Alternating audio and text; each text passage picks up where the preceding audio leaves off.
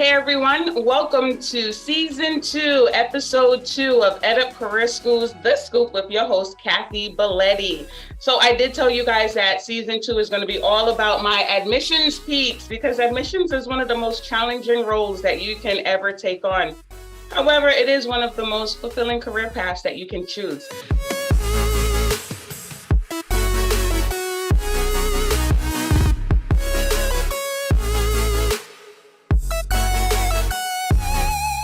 Today I have with me a dynamic personality. She is an enrollment specialist with the Institute of Medical and Business Careers. When I think of energy, anything associated with energy would describe this young lady. So let's welcome Venetia Lewis. How are you, Venetia? I am well. Thank you for having me today. I'm excited to be a part. You are awesome. All right, so Venetia, talk to us. How did you actually get into admissions? Because you've been in this industry for about 17 plus years, right? Absolutely. Okay, so we all know that you have to be crazy in some way, right? Because you have to have a little bit of crazy to be in admissions in the first place. So how did you actually get into admissions? Well, I got into admissions because I used to work in the medical field.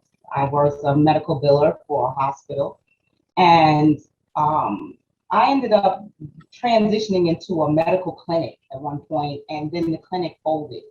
So then at this point, I'm out of a job. So, Oh, wow. and back then, things were a little different because you got cross-trained in positions. And then I found out later that they wanted you to be certified and you to get back into the medical field. And that's all I ever knew. So I decided I wanted to go to college. I said, I've got to go to school. I got to do something. And I met with an advisor. She was amazing.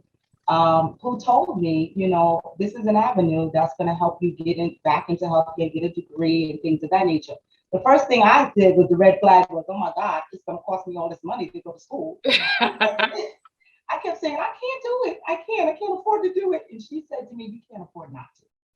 So that resonated within me, and I decided to go. So I met with the advisor, the admissions director as a second interview. And she and I were having a conversation, and I guess my personality just stuck out to her so much that she looked at me. She said, have you ever done education before? And I said, no. What does that look like? Like, what are you talking about? Working in the medical field for years. She says, I believe that your personality is so big, you would really work well in this industry. Have you ever done sales before? And I said, no. So she gave me an opportunity. Wow. I got my first admissions job at a college. It was actually Briarcliff College. It's now no longer. Okay. But yeah, I started at Briarcliff College, and it was a success while I was there. I learned so much. It was exciting. And then that's how I got into admissions, and I've been in it ever since. Holy crap. So we're talking about 17 plus years that you have now been in admissions. That's amazing. And look, I can tell how great you are because, a lot of the most successful admissions advisors, those are the ones who have never done higher education before. Me, when I started, I came from outdoor sales. I was walking door to door selling office supplies when I first came into admissions. And I came into a team of 22 heavy hitters.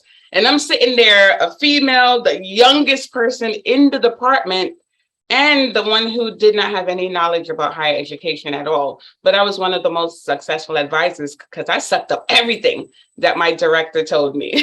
So that's how it is sometimes. But you know what? Sometimes in admissions, Venetia, we all know that it's not always peachy.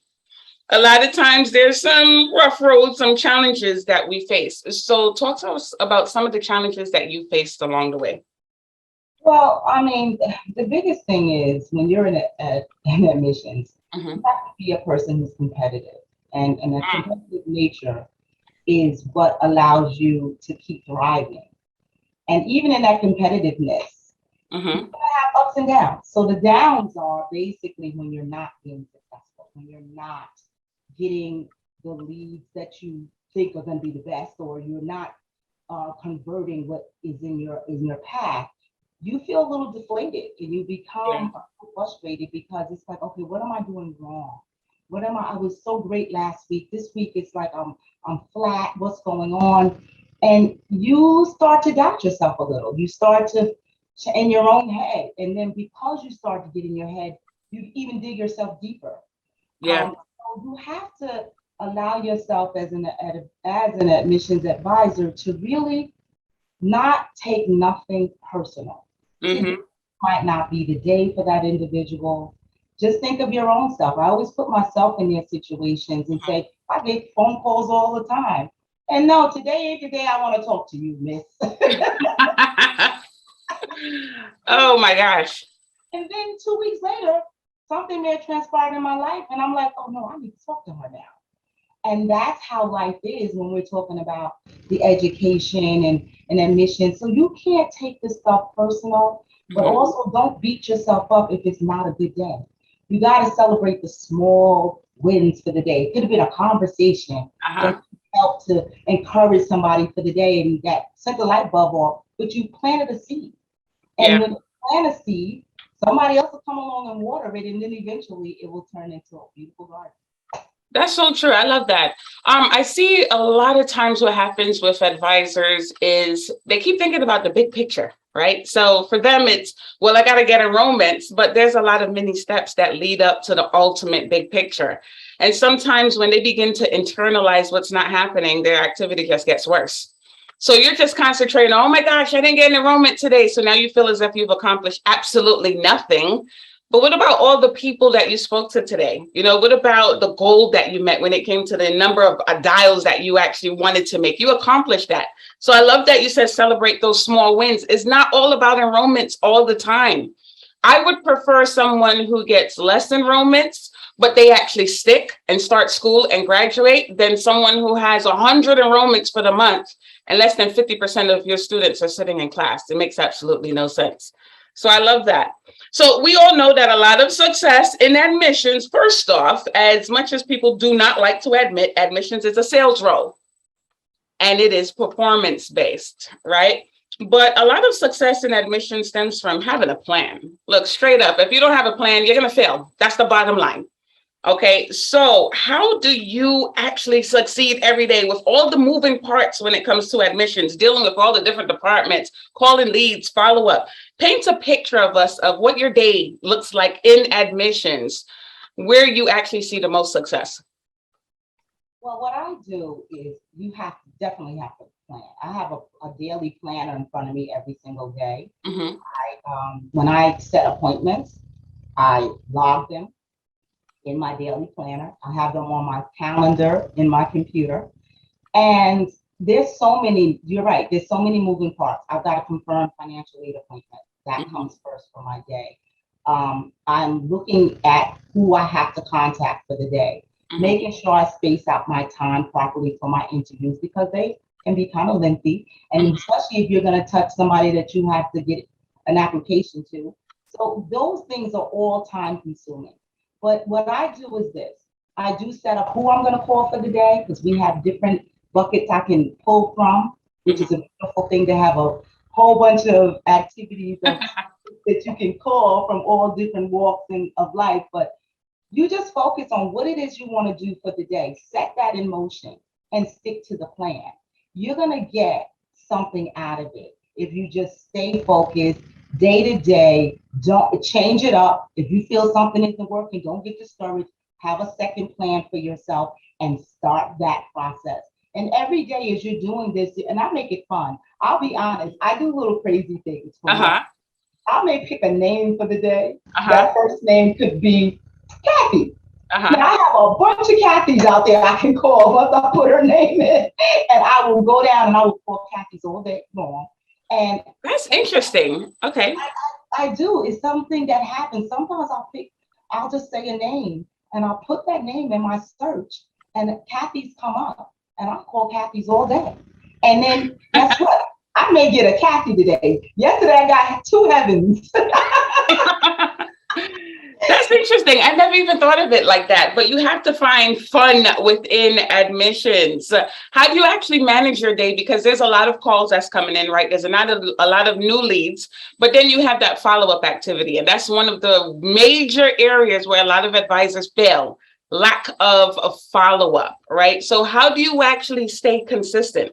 Because what Okay. you spoke about just now, I know a lot of advisors are going to be crossing their eyes like, hold on just a second. I'm supposed to get all of that into one day. So how do you make that happen? So what do is you set time limits for yourself. Mhm. So if you want, if you have a list of students that you have that are already enrolled, that's my stitch process. I will set a specific time for them and I will call them and nothing else matters for that time period.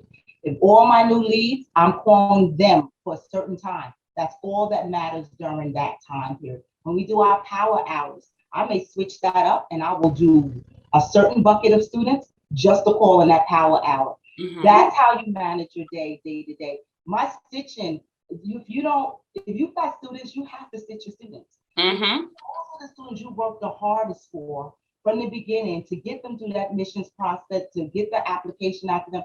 I don't want to lose them. So I'm going to continually, every week, I set the standard for them. I said, we're going to talk once a week. And they already know what to expect from me. So Mhm. when they sit and I'm consistent with it and they love that, they were like, thank you. And you'll hear it. They'll say, thank you for contacting me. Thank you. And I always have a reason to call you. Always have a reason why you're calling them. Yeah. It's just like happy Tuesday. It's our check-in day. And Mhm. stay connected with them. Let them feel your energy like you started from the beginning and keep that process going. But I call, everything has a time slot for me. Uh-huh. And that's how I process my day. And then I check off as I go through what I've accomplished. I make sure I do that. That's perfect. So a lot of this actually has to do with time management, which is not a skill that a lot of advisors actually possess. Okay, just to be honest. But I love that. What would you say to someone who's struggling in this role, whether they're a seasoned advisor, somebody who just started yesterday? Because, a lot of this has to do with emotions, right? If you're not in the right headspace, you're already screwed for the day, right? But sometimes it has to do with passion. Is this something that you're really passionate about? And some people are actually misplaced, right? Believe it or not, some people are doing this for the wrong reasons, which is why people are struggling. But what advice would you give to any advisor who comes in every day and they're like deflated and struggling with being consistent every week? Well, one thing you really need to check out is this really for you? Mm-hmm. Because if you're not passionate about it, we all know admissions is up and down, it's crazy, and you gotta be crazy to work in admissions. So first of all, check that out for yourself. I always say, do a spirit check. Am I crazy for this? And then, no, in all seriousness, Uh-huh. you're having a bad day, and I trust me, I get them. It's not getting in my head. Sometimes I have to take a step back and I have to go back to basics. Mm-hmm. You have to ask yourself, what was I doing? What did I change? What didn't I do last week that I did last week that I changed up this week because last week it worked? And just internalize that for a second. Again, don't take nothing personal because it doesn't necessarily have to be you. But Mm-hmm. again, stay into the place where you're just saying, okay, that student didn't want me, somebody else does.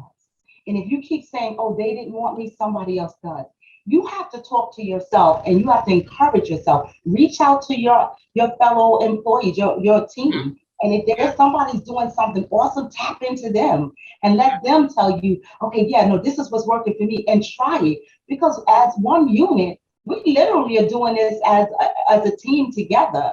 And even though we have individual goals, it's Mm-hmm. one goal together. So somebody you can gravitate from and find out what they're doing that's so great could be something, just one word can change your whole mindset and get you back on track. But it's all about encouraging yourself. Reach out to your leaders and say, listen, I'm struggling today. You got any Mm-hmm. advice for me? So then you guys can have a conversation. It could just be you. You could have had woke up on the wrong side of the bed. Yeah. Fix fix it, but it's really about making sure you realize that this is not about you and it's about that person on the other end of the line. They need you. And if you say that to yourself, this person needs me, and spend enough time with having a conversation and not making it about a sale, but Hmm. making it about change. And if you put the student first, you'll be successful every single time. I love that. Dropping some gems today. Okay. So, Venetia, I ask everyone this: where do you actually see the future of career education? Well, I see the future of career education as the go-to Hmm. because you'll find out that a lot of people today, when you, and I say this all the time, we are not a college. Hmm. We are not. We are different, and I'll tell you why.